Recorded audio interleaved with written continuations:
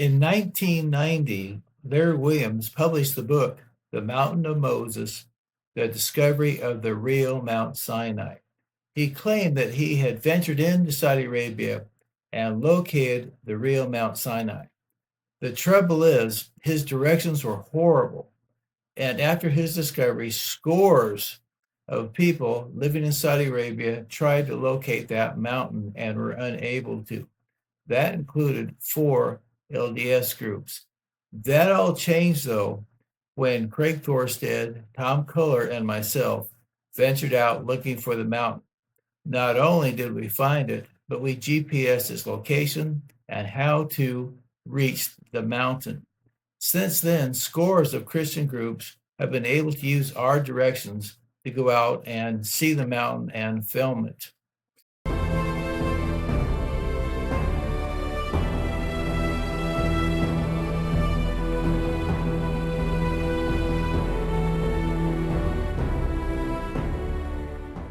Most Bible scholars believe that the trail of the Exodus started at Tanis, a new city being constructed by Ramses II. Many believed that the Hebrew slaves were living there and building the city. From Tanis, the children of Israel made a long wilderness trek to Mount Sinai. Over the centuries, several dozen sites have been proposed as the true Mount Sinai. However, not one of these mountains contains any actual archaeological evidence that would lead a reasonable person to accept them as the sacred mountain. Indeed, there is no compelling evidence that they are anything more than wilderness mountains. The most popular and prevalent Mount Sinai myth is that of a barren mountain located near the southern end of the Sinai Peninsula. Today, the monastery of St. Catherine's lies below the mountain advertised as the real Mount Sinai. Before George conducted his own search for Mount Sinai, he talked with Chris Hamilton, who was conducting his search for Sinai. Chris explains how this peak became a candidate for Mount Sinai. Not everybody would be too happy to hear our theories about Mount Sinai. Certainly the Egyptians have a good thing going with their tourist site. But if we were to accept that they were correct about their theory of where Mount Sinai is, then there's a lot of things we have to accept along with it. Over and over again, the Old Testament tells us that Moses took the people out of Egypt. But the Sinai Peninsula is in Egypt today and at the time of the Pharaoh as well. Jethro was Moses' father-in-law, and Jethro was the high priest of Midian. And today, archaeologists know that Midian is in the northwest corner of Saudi Arabia, not in the Sinai Peninsula. Jethro's flocks were maintained by a shepherd who was Moses for 40 years. And we know that Moses was on the Mount Sinai when he saw the burning bush.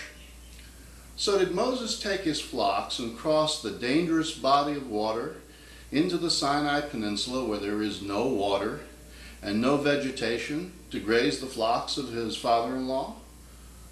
It doesn't seem logical to me. Also, you need to consider that the Sinai Peninsula is so desolate that in a census in 1882, it only supported 217 people.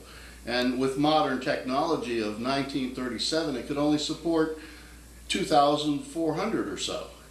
Yet Moses, when he came with the people of Israel, there was about 2 to 3 million people with him. The Bible having said there was about 600,000 men of military age, it would take about 2 to 3 million in population to support that number of people.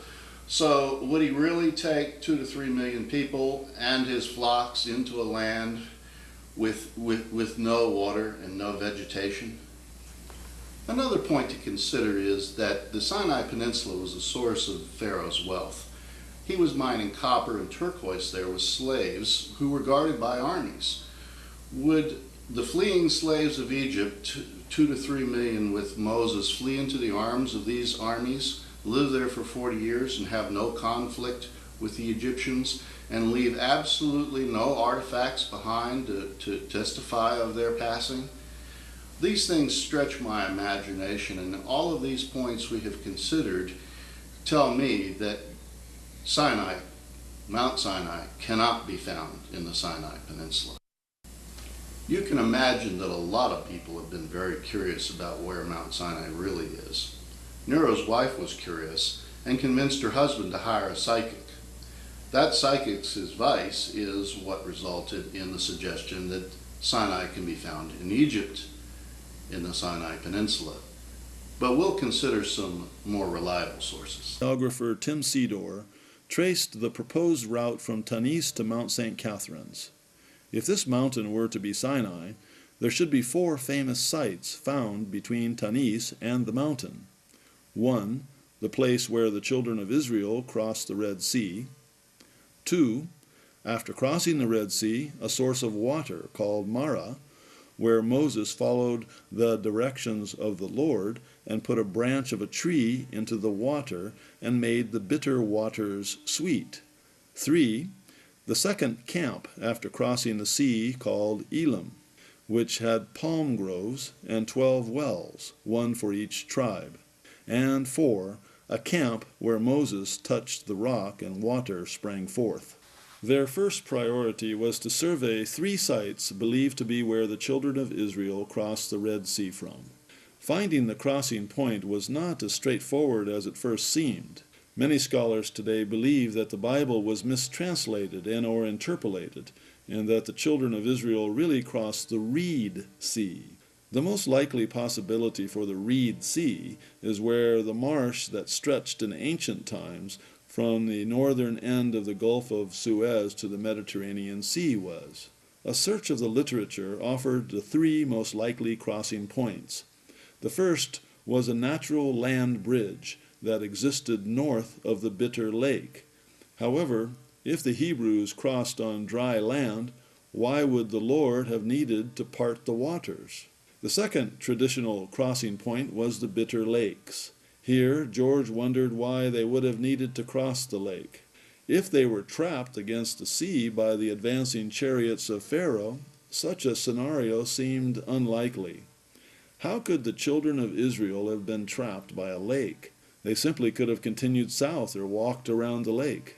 The third proposed crossing point is across the northern tip of the Gulf of Suez. This theory is based on the existence of a strong wind, an extremely high tide, and a submerged land bridge that could be traversed. This seems simplistic at best. Tides last only a few hours, certainly not allowing upwards of 1 million people to cross the bay in that much time. Both Alexander the Great and Napoleon tried this theory. Both failed. The team, too, puzzled as to how people could believe that the children of Israel crossed the Red Sea here. Why would they have been trapped here? They could have traveled east to the Sinai, or west, and then south. We drove the entire distance from the Mediterranean to the port of Suez and found no compelling reason why the Lord would have had to have helped the children of Israel to have crossed the marshes. These were marshes, not seas. And there were plenty of dry areas where they could have crossed without any aid whatsoever. Their next stop was a marsh located some 9 miles south of the port of Suez. This small marsh, called Ayun Musa, is the place that many believe is Marah, or the bitter waters. The water here is blackish, and the site could have been reached from any of the proposed crossing points in 3 days. Further down the shoreline, they came to a second candidate for Marah, a spring-fed stream that ran through a treed valley. The site is called Bir Huwara, and its waters are clear and pure. Our explorers were impressed with the 2 Marah camp candidates, but were totally unimpressed with the Sinai Peninsula candidate for Elim, the camp where the Israelites found date palms and 12 wells. To reach the candidate, they traveled up Wadi Garandel. This so-called Elim bore little resemblance to biblical Elam. It was a barren site, incapable of providing fodder for any animals, and with only a few palms. In addition, they could not find 12 ancient wells. Our explorers left the shoreline and drove inland toward Mount Catherine. Here the land turned even more desolate. The British governor of Sinai, C.S. Jarvis, possibly knew the Sinai better than any Westerner before him. He realized that it was impossible for Mount Sinai to have been located in these mountains. He asserted that in no way did the Israelite multitude and their livestock travel through, much less sustain themselves for more than a year in the, quote, tumbled mass of pure granite, unquote, of the southern Sinai. George, Susan, and Tim next stopped at the site believed to have been the place where Moses touched the rock and water came forth. A small stone shrine marked the place. To George, this appeared to be a complete pretense. It was simply a place where rainfall was eroding the sandstone and was indistinguishable from numerous other eroding channels found in the wadi. The group continued climbing the mountains until they came to a large valley about 3 miles from the candidate mountain. The valley is called the Valley of Rest. Here it is believed that the children of Israel camped while Moses was on the mountain conversing with God. There are 3 obvious problems with this theory. First, the valley is void of plants. Second, in this valley, they would have constructed the altar of the golden calf. The Israelite shouts were heard by Joshua on Mount Sinai. The wadi is too far from Mount St. Catherine's to hear shouting. Third, in Exodus we read that when Moses took the people in the camp to the base of the mountain to meet the Lord, Mount Sinai was altogether on a smoke, because the Lord descended upon it in fire. Deuteronomy records the event in these words, "And ye came near and stood under the mountain, and the mountain burned with fire unto the midst of heaven, with darkness, clouds, and thick darkness." In other words, the children of Israel saw the glory of God on the mountain from the foot of the mountain. However, try as they might, George, Susan, and Tim could not see most of the mountain from its base next to the Wadi of the Rest. Thus, the Hebrews could not have seen the events described in the Bible. So where was the Trail of Moses? When I met Craig Thorstead in 1995, he had a pretty good idea of where it might be. As we read in Galatians 4, verse 25, the Apostle Paul describes Mount Sinai in Arabia. More than likely, Paul knew this fact because he visited Saudi Arabia, then Arabia, in chapter 1. Not too long ago, I came across a book by an explorer by the name of Larry Williams, where he describes his adventures and exploits in northwest Saudi Arabia looking for Mount Sinai, or as the Arabs refer to, Jebel al-Musa.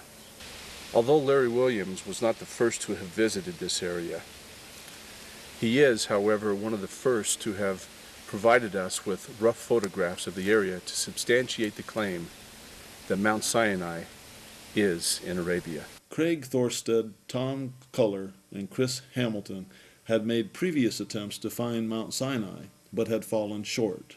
One problem they faced was an access to the top of Jebel al-Lawz, the highest mountain in the region. A U.S.-Saudi construction team was in the process of building a military installation on top of the mountain, and the trio was denied permission to climb the mountain. Craig, Tom, and now George decided to make one more attempt at locating the sacred mountain. So after several days of traveling the wadis looking for the Mountain of Moses, we decided that we needed some local people who really knew the area, some Bedouins, the shepherds of the area. So we identified a couple of fellows who could go out with us to give us guidance and direction. Tom arranged for 2 of the Bedouins to meet them in the city of Tabuk. There the Bedouins told them that they knew the location of the mountain of Moses. From Tabuk, George, Craig, and Tom followed the Bedouins into the homeland, the land that is still called Midian, a land with literally hundreds of mountains. Would they ever find Mount Sinai? A few miles before they reached the dirt road leading to Jebel al-Lawz, the Bedouins abruptly stopped and turned off the highway. They had something they wanted to show the explorers. About 3 miles north of the highway, they were surprised to see large fig trees growing at the base of a tall sandstone cliff. Of even greater interest was the source of the water which nursed the fig trees. In a cleft in the mountain, water was flowing from solid rock. It hadn't rained in months, yet water was freely dripping from the stone overhang into a pool of clear, pure water. Their Bedou guides assured them that this was the place where Moses had struck the rock and water came forth. It was hard to judge whether such a small flow of water could have sustained the children of Israel. We believe this place could have been where Moses touched the rock and water came forth. We knew two things which were relevant to this argument. First, we know that more rainfall fell at the time of Moses than does today, so it could have been more water coming forth out of the rock. Second, we found at this site two important symbols. First, a pool of clear water, symbolic of the Lord. Second, fig trees, a symbol of the house of Israel. From here, the Bedouins promised to take the team to the mountain of Moses. Our explorers followed their guides and soon realized that the Bedouins were taking them back up the road to Jebel al-Lawz, the mountain that they had been denied access to on their previous attempt. A few miles before the security gate, the guides stopped at some tents. This turned out to be the camp of the father of one of the Bedouins. The father loaded a goat in the back of his Land Cruiser and took the lead.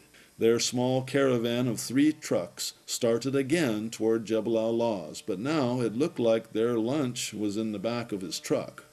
These particular Bedouins had grazing rights on Jebel al-Lawz, for when they came to the security gates, they were able to obtain permission for the team to continue up the mountain. From here, the construction road became steep and seemed at times to take the most direct possible route up the side of the mountain. The team passed several construction camps as they closed in on the top of the mountain. Their excitement rose as their trucks came to stop at the summit of the mountain. From atop Jebel al-Lawz, the view was incredible. They could see the land of Midian, the Gulf of Aqaba, and the Sinai Peninsula in Egypt. They could see that Jebel al-Lawz was the tallest peak of a great range of mountains. However, it didn't take long to see that Jebel al-Lawz was simply a great mountain. Disappointed and discouraged, the explorers left the summit, headed down the mountain, and passed again through the security gate. Soon thereafter, their Bedouin guides took a small trail into a side wadi. There the Bedouin stopped. The father, clearly in control, ordered the others to gather dried brush for fires. He took the goat, pointed its head toward Mecca, invoked the name of Allah upon it in Arabic, and cut the animal's throat. One of his sons tied the goat to the truck, skinned, gutted it, and cut it into pieces. In the meantime, the Bedouin patriarch had built 2 fires in shallow pits. By the time the fires had burned to coals, the goat meat was ready for cooking. The father took each piece, coated it with rock salt, and simply placed the meat directly on the coals. He then covered the meat with a large kebsa pan, and covered the pan with more coals. The father then took flour, water, and more rock salt, and prepared a large single disk of bread dough. This he placed directly on the coals of the second fire, covering it with more coals. Tom Culler found this cooking process very interesting. As I watched this event here in the wilderness of Mount Sinai, I was reminded of a story in 1 Kings 19:6 where Elijah, on a trip to Mount Sinai, he had stopped asleep and was awakened by an angel who had baked bread in hot coals for him. And it says in verse 6, "And he looked, and behold, there was a cake baking on the coals, and a cruse of water at his head. And he did eat and drink, and laid him down again." And here we were watching a Bedouin seem to repeat this very event. In about 10 minutes, the Bedou father uncovered the pans and removed the meat and bread. Everyone then sat on the ground and enjoyed a Bedouin feast. They drank mint tea and shared some unusual tasting cheese, whose origin the Americans weren't exactly sure of. During the conversation, George learned that the older Bedouin was a father indeed. He had 4 wives and 25 children. They talked about their religion and their families. Then George received an offer he was not expecting. The Bedou offered George one of his daughters in marriage if he would become a Muslim and come live with him in the desert. Desert living was not the problem for George. Really, it was how he would explain the second wife to his first wife. George reluctantly refused the kind offer, but suggested to the Bedou that he make the same offer to Craig, who was not married at the time. The Bedou then offered Craig what seemed even a better deal. He could have one of his daughters, did not have to become Muslim, nor need to live with the Bedou in his desert camp. However, he had to marry her the traditional Arab way. In other words, he could not see his bride until after the wedding. Craig turned pale at the thought of what the consequences might be and gracefully declined the offer. After lunch, our new friends demonstrated their skills at shooting and invited us to try their old Chinese rifles. It was an afternoon we spent honored as the guest of true Bedouin. On parting, the Bedou seemed a little disappointed that we wanted to continue searching for Mount Sinai. They refused our offer to pay them for their help, warned us to watch out for wolves, and wished the team well. The next morning, the explorers broke camp and decided to search for the Mountain of Moses on the east side of the range of mountains to the south. It was in this same area that the previous team had failed to find the mountain. Still, they felt that this area was their best hope for finding the mountain. For 3 hours, the team scanned the wadis looking for the signs Larry Williams had indicated existed near the sacred site. It was late in the morning when Tom Culler looked to his right and noted, "The further we go, the more the shape of the mountain looks more like the one in Larry Williams's book." Indeed, the further they went, the more the mountain appeared to be the Arabian candidate for Mount Sinai. If it was, the group should have found the 5 major antiquity monuments as described by Larry Williams. 1. The altar of the golden calf. 2. 11 boundary markers, warning the children of Israel not to venture onto the mountain. 3. The remains of a marble column. 4. The altar of Moses, built next to a stream so that the sacrifices could be washed. And 5. The cave of Elijah. The explorers decided to first try to find the altar of the golden calf. Sure enough, they located it in the valley just below the mountain, close enough to the mountain for Moses to have heard the revelry around the altar from the mountain. The altar was made from a natural formation of boulders, having engravings of Egyptian-style calves carved on each side of the altar. On the top of the altar was carved a Nabatean-style altar, with channels flowing to the edges of the top. This was a high place altar, used in antiquity for idolatrous sacrifices. They decided to continue through the wadi. Next to the east slope of the mountain, and at intervals of about every 200 yards, they found sets of stone cairns. They seemed to form a demarcation line of some sort. These large piles of stone seemed to indicate that no one should touch the mountain. The cairns had holes in their center, suggesting that poles once stood in them. perhaps displaying the standards or flags of each tribe. They counted 11 sets of boundary markers. Since the tribe of Lehi lived among the other tribes, this number matches the number of the camps of Israel. They then climbed a short rise to an elevated valley directly below the mountain. It was in this base valley that Williams described finding an ancient altar of unhewn stones. He claimed that the altar was built next to a seasonal stream because Levitical law required that sacrifices had to be washed before being offered. Using this logic, the explorers followed a large dry stream bed on the south side of the valley upstream. It was now the dry season, and the stream had no water in it. However, scientists have shown that there was more rainfall here at the time of Moses than there is today. About 200 yards up this base valley, we found the monument that Larry Williams claims as the altar of Moses. We found the shape of the altar interesting. Here were 2 parallel rolls of stones about 18 inches high that led to a large waist-high stone. The rolls are L-shaped. Was it an altar? It is possible. Next to the altar, they found the remains of the marble column that was supposedly carried from the ruins of Solomon's temple to the sacred mountain. The ruins of the columns appear to have been at the site for a great period of time. The stones had eroded and were partially embedded in the earth. However, it was clear that the columns had been chiseled on site. Large pieces of uncut marble were found in other parts of the valley. I can truthfully say that in all my years of exploring in Arabia and finding hundreds of artifacts, this marble column is the most puzzling. If this was not the altar of Moses, what was this marble column doing in a remote part of the wilderness?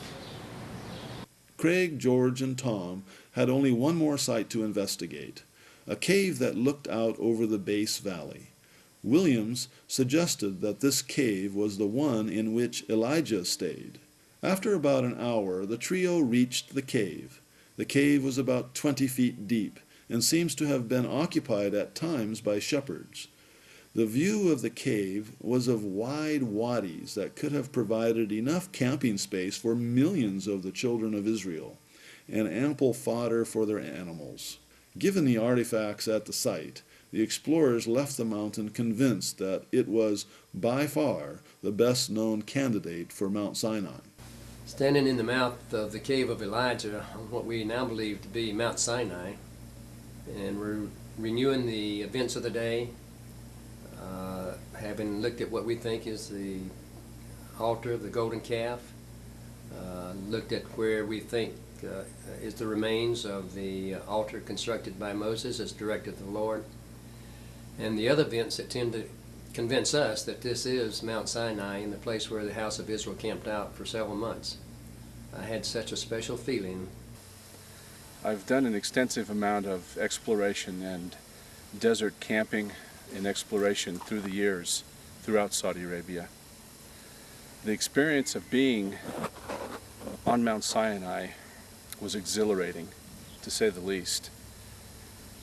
It was humbling to think that myself, along with George and Tom, had the opportunity of being on a Mount Zion, so to speak, a dedicated mountain of the Lord, where much of the law and the gospel of Jesus Christ came from in the form of the law of Moses. What is truly interesting is that Elam, from the trail of Moses, where there were 12 wells, is exactly the same place as the Valley of Lemuel in the Book of Mormon. So when Nephi scolded his brothers and encouraged them to have faith like Moses, who crossed the Red Sea, it was a true object lesson for his brothers. Learn more about the Book of Mormon and the Bible by subscribing to this channel. You can also visit our website, Christ in Peru, and learn about our annual Book of Mormon tours to Peru. I will be your guide. Thank you.